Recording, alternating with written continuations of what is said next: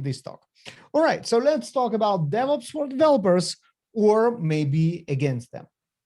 One of the things, the interesting things about DevOps is that no one really knows what DevOps is. I mean, people get jobs in DevOps and still don't know what DevOps is. We're going to try and answer this question in this talk. My name is Baruch Sadogursky. I'm the Chief Sticker Officer at JFrog. That's my official business card. It has a sticker on it, and that's my official title. In the better days, I'll come in person to your meetup, bring a bunch of stickers, and have fun. For now, AJ Baruch is the most important piece of information on this slide. That's my Twitter handle. Follow me, let's talk. Disclaimer, this is an amazing, one of the amazing illustrations from an amazing book by Erin Meyer called The Culture Map. All of us work in multicultural environment. This is a handbook that I recommend for everybody. As you can see, the most emotionally expressive and confrontational people in the world are from Israel and Russia. I am from both, which means that I apologize in front for my style, for my language, and if I offend someone, that never was my intention. So sorry about any inconvenience caused in front.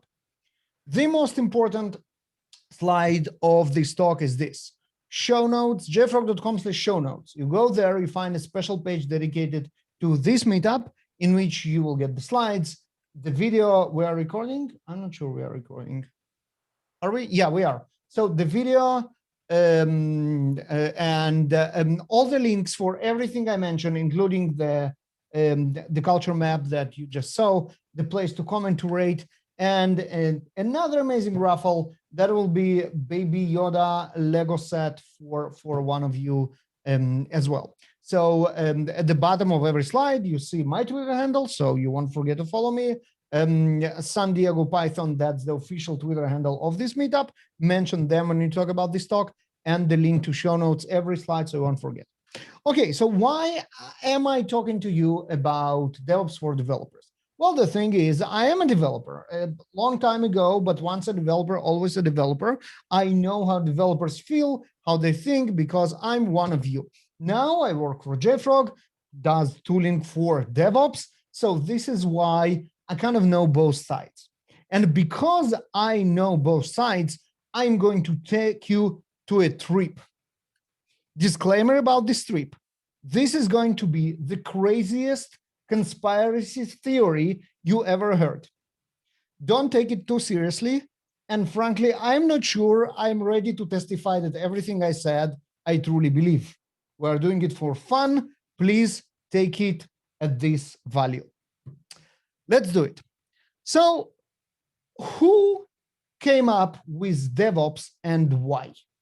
This is the question that I want you to think about. We can start searching for an answer in books about DevOps.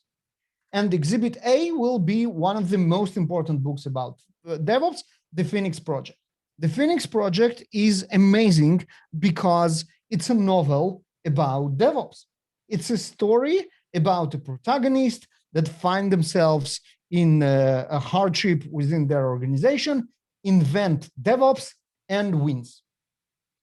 Jin Kim, the author of the Phoenix Project, is one of the fathers of DevOps. And this is really, if you need to read one book about DevOps, one book, that's the one. Now, let's see who are the main actors in the book. Remember, this book is about what DevOps is about. Well, we have Patty McKee. All the main characters are in the cover, very convenient. Patty McKee, Director of IT Service Support, she's an Ops. Wes Davis, Director of Distributed Technology Ops, he's an Ops. Sales, CEO, CFO. Here is the main protagonist of the story. Bill Palmer, he is VP of IT Ops. He is obviously an Ops guy. There is Eric, who is a board member. Brent, the main technical protagonist of the book, the main technical person, is a sysadmin, Ops. And then there is Chief Information Security Officer. Now, look at that and tell me who is missing. There is no single developer in leading roles in a story about DevOps. There are developers in the book, not pictured in the best light, I have to tell you. But keep that in mind. Let's keep going. The next book about DevOps, the DevOps Handbook. This is kind of the practical continuity of the Phoenix project. You understood why DevOps is good, and now you learn how to do it. 4 co-authors, Jin Kim, the author of the Phoenix project, and one of them, 3 more, Jez Humble, Patrick Dubois, John Willis. Those 4 are the fathers of DevOps. I have this book signed with all 4 of them, autographed, one of the most precious items I own. That's like, this is the thing, this is the bomb. Let's look who they are. So you know everything you need to know about Jin Kim, a book about DevOps without a single developer in the picture. How about the rest? We have Patrick Dubois, system architect. That's like a super ops position. Jez Humble, deputy director of delivery architecture. His delivery, this is ops. And he also wrote a book, Continuous Delivery, like also very, very ops. He actually came up with the term continuous delivery. He's a very big shot. And then John Willis, VP of services in a company called Ops Code. Very ops-oriented people. 4 founders of DevOps, all from ops. The biggest story in DevOps, how ops person invents DevOps and wins. Let's see who preaches for DevOps. Well, we have New Relic. New Relic does tools for observabilities, ops. Amazon Web Services, ops platform. CollabNet, okay. The Agile admin like in system administrator. Wikipedia, fine. Atlassian, one of the biggest DevOps companies. Microsoft Azure, another cloud ops platform, and then Logs.io towards the bottom, that's another observability ops. On the first page of Google, the people who tell us what DevOps is are all ops people. I hope by now you kind of figured it out. When you see DevOps, it's all ops. The question is why? What's going on? Why ops people try to sell us on DevOps so hard? What's for them in selling us DevOps? You might think that, you know, they're just rebranding system administrators. It's system administrators that know a bunch of other skills, and then they basically learn Gits, and boom, they are DevOps engineers. And the next thing, they go from this salary to this salary, and they just sell us on this brand buzzword of DevOps for the money. And it works. So look at that. I mean, the market is crazy. People are trying to hire those DevOps engineers like crazy. 15,000 open positions in the United States. Huge companies come up with books, certifications, trainings about DevOps. That's a very profitable industry. Can that be the reason? Not really. This is not the reason, because back then, 10 years ago, when Jez Humble and Patrick Dubois and Jin Kim and Bruce Willis came with this idea, no one knew how it's going to be explode, how profitable DevOps will be. No one knew that. That cannot be the reason. That's the result. But what is the reason? Let's look for another reason why DevOps people try, why ops people try to sell DevOps to us, the developers. Here's another crazy idea. This is DevOps infinity loop. This is what DevOps looks like. It should look very familiar to most of you. It almost looks like the agile loop, but they added the entire piece of ops to what we already do. They took our job and then they added another huge piece of their job, and now they call it, well, this is DevOps. You have to do all that. Now, here is couple of proofs that it's actually all around ops. State of DevOps report. The most important research in DevOps kind of industry was done for many years by the group called DORA, DevOps Research and Assessment Institute It was bought by Google Cloud and then disbanded. And unfortunately, there is no more State of DevOps report. This is one before last. This is like 18, there is one 19, and then there is no more. But let's look what they say about DevOps, how they measure DevOps, for example. Those are the key metrics of DevOps. This is how DevOps is measured. What happened? How do you deploy code? What happens after the code is written? Unplanned outages and degraded service. Again, what's missing? Writing the goddamn code. There is nothing about development in metric of DevOps. What's going on? Another important concept, and this is 100% true, is how important new work is. Obviously, new work are new features. This is where the money is. It's important. But what is the definition of new work? What is the definition of work in DevOps? What is work? So there is planned work, business projects and new features. Great. But look at the rest of it. Service migrations, software updates, and then escalations, emergency outages.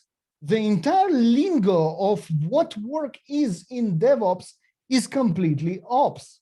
This is all fascinating. This is all great, but this has very little to do with us, the developers. How our work looks like? Well, we have new features, and then we have bug fixes, and then we have refactoring. No outages, service degradations, and all this stuff. This is not ours. This is all ops people trying to sell us on DevOps for their own interest. They want us to do their job. I hope it's clear by now. I convinced you. And now, if you agree with me, let's talk about what our job really is. There are a lot of definitions of done for developers, how we consider our work is done. The one I like, and again, disclaimer, I know all the problematic issues around the people behind the software craftsmanship manifesto and the name and everything else. It's all fine. But the points themselves, for me, are very on point. We want well-crafted software, steadily adding value, community of professional, productive partnerships. This is well-written definition of done. If we are going to break it into like bullets, we can come up with something like that.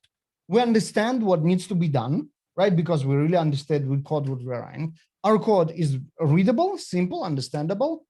It's very important that our code is easy to deploy, because the ops people, we want their life to be easier, right? We are not enemies. We want their life to be easier. It's their job, but we want to help them. Non-functional requirements are met. We don't incur any technical debts. Our tests passed. The QA took a look and they're happy. Team lead took a look and they're happy. Product owner took a look and they're happy. Who are product owner? Product owner is the proxy of the customer. They told us in the beginning what the customer want. We did that. And if they are happy, it means that the customer is happy. And again, I hope you agree with me. This is a well-defined definition of done for us, the developers, and for our job. Fine. Now, I have a question for you regarding the item about the QA. Now, it looks like by now, by 2021, we know how to work together with the QA. This picture, and you might remember it from back in the day, about the rivalry between the testers and developers. I mean, this is bullshit. We know that the testers help us do a better job. We're not a rivalry with them. We are partners. And if you wish, they serve us in terms of they help us to do better software. And we are grateful, and we are truly, truly partners. Now, if you agree with me, that means that you care about quality. And sorry for the Soviet memes. I told you Russia cannot run away from it. So we care about quality. And if we care about quality, we need to ask ourselves what quality is. Now, if you remember, I was a developer a long time ago, and I think what quality is have changed. What do I mean by that? For example, that was my bank 10 years ago. This is where their website. I'm surprised I even found their website 10 years ago because I didn't expect it's been around for so long. But 10 years ago, it wasn't very useful, right? You can go and do something, but mostly you had the branch. And if suddenly in the news, they kind of announce 12 hours maintenance for ensuring quality, I would go like, fine, it's okay. If I need something, I will just go to the branch. But today, that's obviously not the quality that we expect, right? If we don't like a mobile app of a bank, we will switch account and migrate everything over for things like usability of a web app, not mentioning 12 hours maintenance for update. This is not going to fly. And not only that, not only we cannot take our app for 12 hours to verify the quality, the problem is not only the code, the problem is also the data. You can see how the amount of data grows exponentially. More and more companies find themselves what used to be called the big data company. And now it's just, well, that's what we have. That's like a normal data, not big data anymore. And that means that the staging server, as we remember, which was once an exact copy of production that we could play with and guarantee the quality, the staging server is dead. It means that we cannot trust our services pre-production to project or guarantee quality in production. We cannot test everything before it goes live. Now, what do we do with that? We can do that, or we can start testing in production. There is an entire industry today with tons of terms like canary deployment and control rolled out and feature flags and blue-green deployment and progressive delivery that talks about that. How do we test in production? Now, one of the items I really love is blast radius. Blast radius I love not only because I'm a militant Israeli, but because it drives the point of people are suffering if something went wrong. And we want to minimize this blast radius. We want less people to suffer, and this is what it's all about. Now, what it means if we cannot guarantee the quality in production, and we as developers care about quality, that means that we have to be there in production. This is our job now suddenly, to be there on call and 3 a.m. when we roll out a new version and see what the blast radius is and do what we can to minimize it. To minimize the blast radius, there is an entire discipline, like engineering discipline, that is called SRE. And suddenly we care about what the SRE are saying, and this is a part of our definition of done. Who are those SRE? Well, according to Google, who invented this term, SRE implements DevOps. This is the engineering discipline of DevOps. And they have their own list of how our application should behave in order to minimize the blast radius and the suffering from our code. We understand how our code is going to be deployed. That's kind of the basic, but also we have a very fast and reliable and repeatable build because we need to get the patch out there as fast as possible because blast radius, people are suffering. Our code is stateless and scalable. We can run it on more machines and make it faster. Our code starts fast, obviously, but also dies fast. We need to replace the malfunctioning code with functioning code as fast as possible. Our code is observable. Our code supports feature flags. We want to turn off the misbehaving feature so people won't suffer. Our code backwards compatible, obviously, but also forward compatible because sometimes we are going to do rollbacks and newer clients now need to be able to deal with older code. And that's another big issue. Our code emits event streams. That's kind of observable. And again, this looks familiar to people who heard about cloud native architectures, or the 12-factor app, or what it's called now, the beyond 12-factor app, 14, 16, whatever factors there are. Cloud native way of thinking, cloud native applications, cloud native way of writing code is a DevOps requirement from us, the developers, to fulfill our responsibility for quality in our code. Suddenly, we start to care about DevOps, just a little bit. Now, SRE are also responsible for one more thing, and that's operational costs. Now, suddenly they come to us and they say, hey, you need to write your code in a way that it will be lean and save us money. And you go and say, what the hell I have to do with operational costs of your crazy AWS bills? I have no idea what are you talking about. And you will be wrong. Here is an example. Uday from SignalFX gave a talk at Kafka Summit a year and a half ago, about achieving 50% reduction in cross-availability zone network costs from deploying Kafka. And deploying Kafka is us. This is what developers do. We select those frameworks, we implement them in code. This is us. 50% reduction cost in cross-availability zone network is a lot of money that Uday just saved to his organization. So suddenly, we also care about business concerns like the costs and the spending and all this stuff. And this suddenly opens up new opportunities.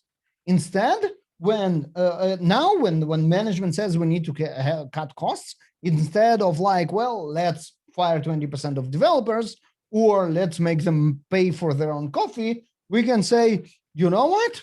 Let's switch to serverless and move to the cloud and save money that way. And this is our job as developers. Suddenly, we are in charge of not only stuff that we normally in charge of, but also layoffs and paying for coffee. Instead, all we need to do is pronounce cube control correctly. What about the rest of the business requirements? How about happy customers?